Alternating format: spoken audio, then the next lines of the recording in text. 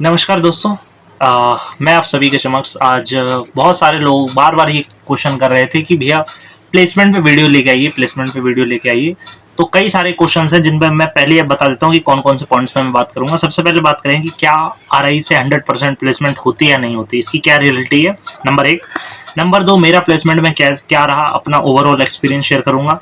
उसके बाद ओवरऑल जितने भी लोग बैठे थे कितने सिलेक्टेड हुए, जो एक एक्सपेक्टेड आइडिया है कितने लोगों का क्या हो रहा, वो डाटा शेयर करूंगा। उसके बाद आपको ये भी बताऊं कि ओवरऑल जो 3 दिन प्लेसमेंट ड्राइव चली थी उसमें सिलेक्शन प्रोसेस क्या रहता है और कौन कौन से स्टेप्स होते हैं, उन पर कंप्लीट बात करेंगे। और लास्ट में कुछ आप लोगों के लिए टिप्स होंगी कि अगर आप इस पब्लिक सेक्टर में जाते हो तो और गवर्नमेंट में भी जाते हो तो कहाँ कहाँ आपके लिए कितना एडवांटेज इसका मिलता है।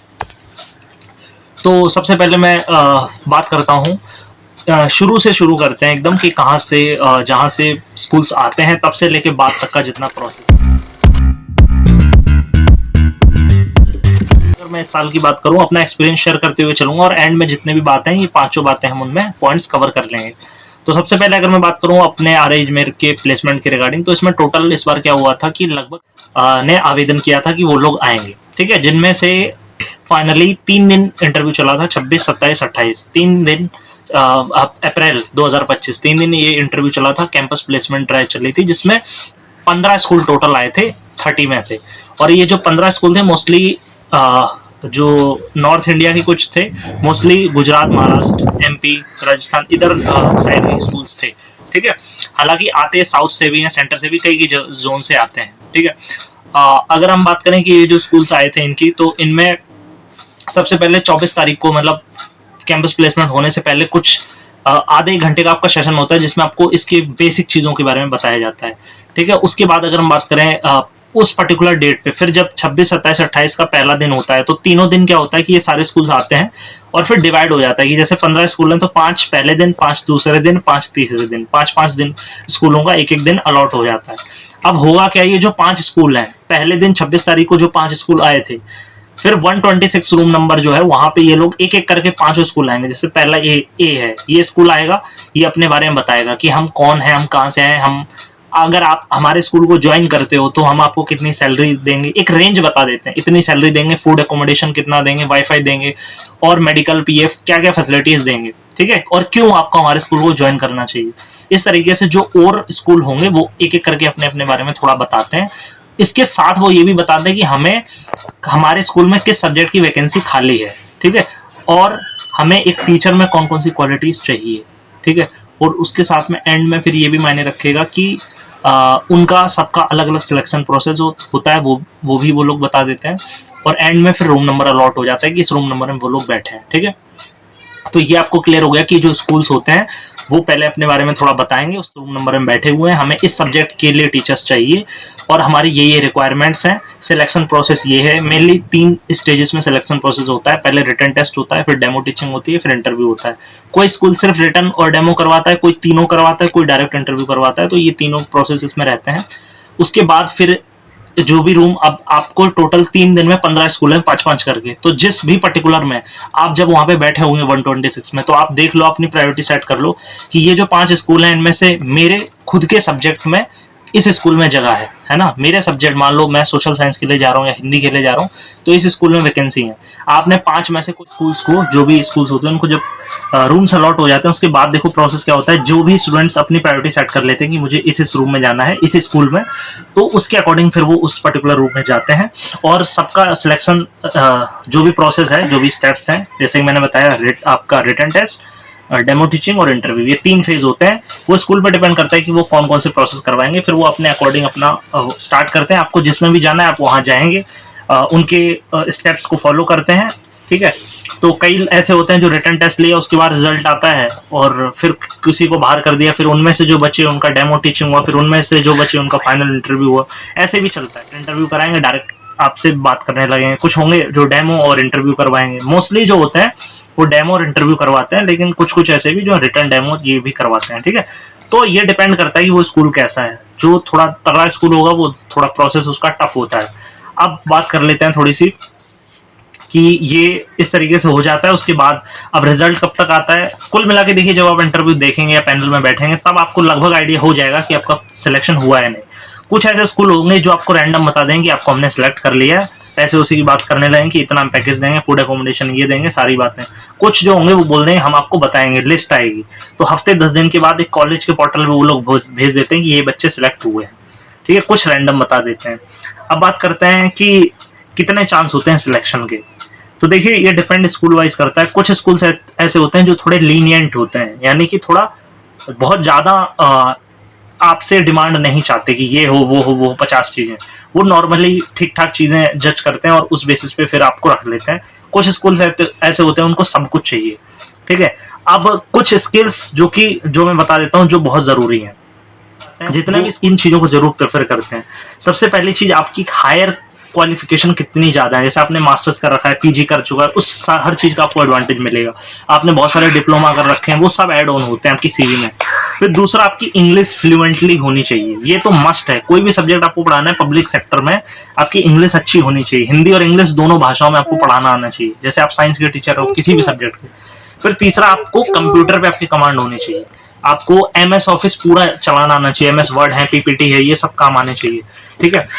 उसके बाद आपका कम्युनिकेशन स्किल सबसे जरूरी है, आप कितना अच्छे से फ्लुएंटली बोल पा रहे हो, आई कांटेक्ट कर पा रहे हो, ठीक है, कितने अच्छे से पढ़ा पा रहे हो। और फिर लास्ट में आपकी सब्जेक्ट नॉलेज, कि आप जिस सब्जेक्ट को पढ़ा रहे हो, ठीक है, जिस भी सब्जेक्ट के टीचर बनने वाले उसका ज्ञान कितना है स्कूल लेवल पे खासकर, यानी आपको लगभग 12th लेवल तक की चीजें पढ़ी होनी चाहिए, NCERT बेस्ड ही पूछते हैं। तो ये हुई उनकी रिक्वायरमेंट। अब फिर उसके बाद मैंने रिजल्ट का बता दिया, कुछ दिन बाद आपका धीरे धीरे आपको पता लग जाता है। तो ये है। अब थोड़ा सा मैं अपनी बात कर लेता हूँ, फिर एक डाटा की बात कर लेता हूँ, फिर कैंपस प्लेसमेंट की बात कर लेते हैं। तो देखिए अगर मैं अपनी बात करूँ तो मैं सबसे पहले इसकी बात कर लेता हूँ कि क्या सच में 100% प्लेसमेंट होती है। तो देखिए ये बिल्कुल झूठ बात है कि 100% सबका सिलेक्शन हो जाता है। हमारे ही बैच में बहुत सारे ऐसे लोग हैं जिनका सिलेक्शन हुआ है तो कई जगह हुआ है, कई ऐसे जिनका नहीं हुआ तो कहीं नहीं हुआ। रियलिटी है, जिसका होगा उसका कई जगह होगा, जिसका नहीं होगा उसका कहीं नहीं होगा, ठीक है। जैसे मैं खुद की बात करूं, मैंने 3 से 4 स्कूलों में, 5 स्कूलों में लगभग बैठा था और लगभग हर जगह ही सिलेक्शन हुआ है, ठीक है। तो मेरे पास ऑप्शन है कि मैं कौन सा उनमें से बेहतर देखूं कि जहाँ पैकेज अच्छा है, फैसिलिटीज अच्छी है, उसको मैं ज्वाइन करूँ। कुछ ऐसे होंगे जिन स्टूडेंट्स का नहीं हुआ, उनका नहीं हो पाया, वो अभी भी इधर उधर भटक ही रहे हैं, ठीक है। तो ये चीजें रहती हैं। रियलिटी यानी 100% प्लेसमेंट वाली चीज झूठी है, ऐसा कुछ भी नहीं है। आपकी पब्लिक सेक्टर में डिपेंड करता है, आप में टैलेंट होना चाहिए। अगर आप में कौशल है, टैलेंट है, स्किल्स हैं, आपकी इंग्लिश, कंप्यूटर, आपकी सब्जेक्ट नॉलेज, तो आपको बहुत सारे स्कूल अच्छे पैकेज पे रख लेते हैं। नहीं है, कुछ भी नहीं आता, आपको इंग्लिश की कमांड नहीं है, कंप्यूटर नहीं है, सब्जेक्ट नॉलेज नहीं है, तो कोई भी स्कूल फ्री के पैसे नहीं देगा, ठीक है। तो ये चीजें मायने रखती हैं, ठीक है। तो ये हो गई। तो अगर आप में मान लेते हैं अगर अभी आप एनरोल करोगे या फर्स्ट ईयर में हो, तो आप अभी से अपनी स्किल्स पे काम करो, अपने सब्जेक्ट नॉलेज को अच्छा करो, अपनी कंप्यूटर नॉलेज, इंग्लिश स्पीकिंग, इसको अच्छा करिए, ताकि आप जब प्लेसमेंट में बैठे तब आपका शॉर्ट सिलेक्शन अच्छी जगह हो जाए, अच्छे खासा पैकेज आपको मिल जाए, ठीक है। बाकी जहां तक रही गवर्नमेंट में कहाँ गवर्नमेंट सेक्टर में आपको बेनिफिट मिलता है, तो मैंने ऑलरेडी आपको बताया कि गवर्नमेंट में आप किसी भी जगह जाते हो, चाहे KVS में आप जाओगे, NVS में जाओ, EMRS में जाओ, सैनिक स्कूल्स में जाओ, या जितने भी सेंट्रल गवर्नमेंट के डिपार्टमेंट है, स्टेट गवर्नमेंट के डिपार्टमेंट है, उन सब हर जगह जहाँ पे इंटरव्यू होता है वहाँ पे आपको तवज्जो दिया जाता है, क्योंकि ये सेंट्रल गवर्नमेंट से अटैच होते हैं NCERT के RIs, ठीक है। तो वहाँ पे आपको डेफिनेटली एडवांटेज मिलता है, चाहे परमानेंट जॉब के लिए जाओ या कॉन्ट्रेक्चुअल जाओ, दोनों जगह आपको प्रायोरिटी दी जाती है, बस आपको वहाँ खुद से जाना पड़ता है, ठीक है।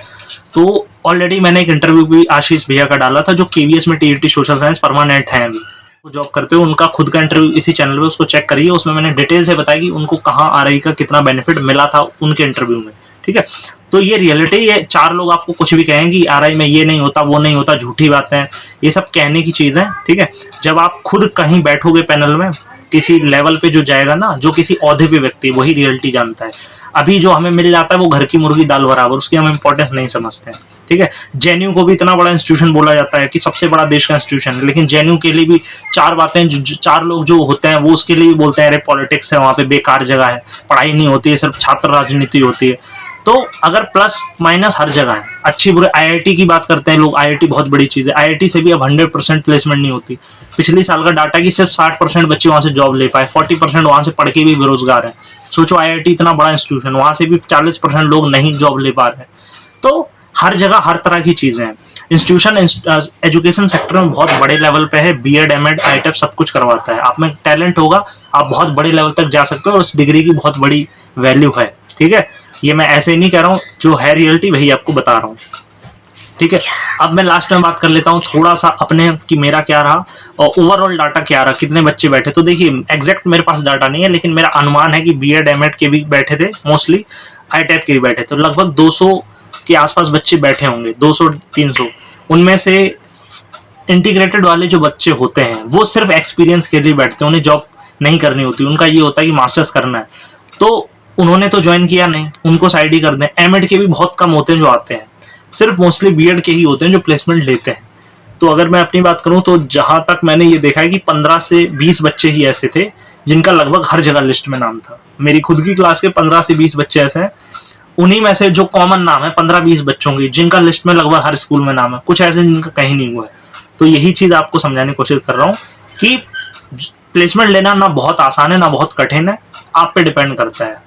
तो अपनी स्किल्स पे काम करिए। आप भी प्लेसमेंट अगर आपको ज़रूरत है आप लीजिए, नहीं लेना है तो फर्दर भी लोग आगे जाते हैं। अगर मैं अपनी बात करूं, मैंने 4-5 स्कूल में जहां भी बैठा था वहां मेरा हुआ है, और मई में ऑफर लेटर वगैरह सब कुछ आ चुका है ऑलरेडी। अब जून से मेरी ज्वाइनिंग है, उसके साथ ही मैं फर्दर साइमल्टेनियसली अपनी स्टडीज़ जैसे मास्टर्स है वो कंटिन्यू करूँगा, आगे करूँगा। ठीक है, इसके साथ जो ये यूट्यूब चैनल है वो भी साइमल्टेनियसली चलता ही